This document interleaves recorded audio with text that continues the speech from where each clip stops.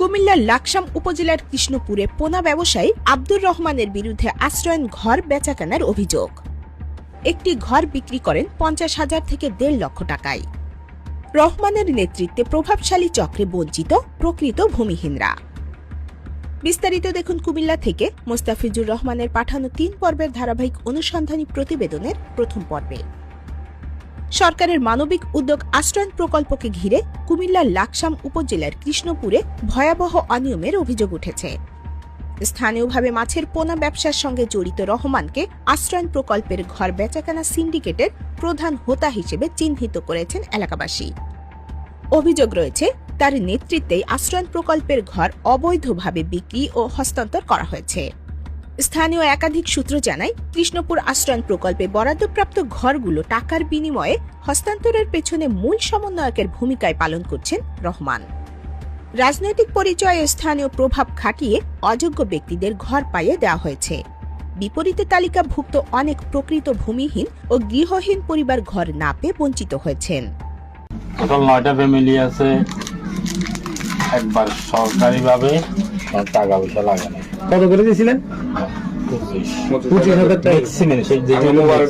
মোবারকে 40 জন দিছে 25,000 করে নিছেন না করতে। অনুসন্ধানে জানা যায়, কয়েকটি আশ্রয়ন ঘর ৫০,০০০ থেকে ১.৫ লক্ষ টাকা পর্যন্ত দামে বিক্রি হয়েছে। আবার কোথাও কোথাও ঘর বরাদ্দ দিতে ২০ থেকে ২৫,০০০ টাকা দিতে হয়েছে বলে অভিযোগ উঠেছে। সূত্র জানায়, পুরো প্রক্রিয়াটি একটি সংঘবদ্ধ সিন্ডিকেটের মাধ্যমে পরিচালিত হয়েছে, যার কেন্দ্রবিন্দুতে ছিলেন রহমান। ভুক্তভোগী একাধিক পরিবার জানান, তারা বারবার আবেদন করেও ঘর পাননি। পরে জানতে পারেন টাকা ছাড়া ঘর পাওয়ার কোনো সুযোগ নেই। তাদের দাবি, রহমান ও তার সহযোগীরা আশ্রয়ন প্রকল্পকে নিয়মিত আয়ের উৎসে পরিণত করেছেন।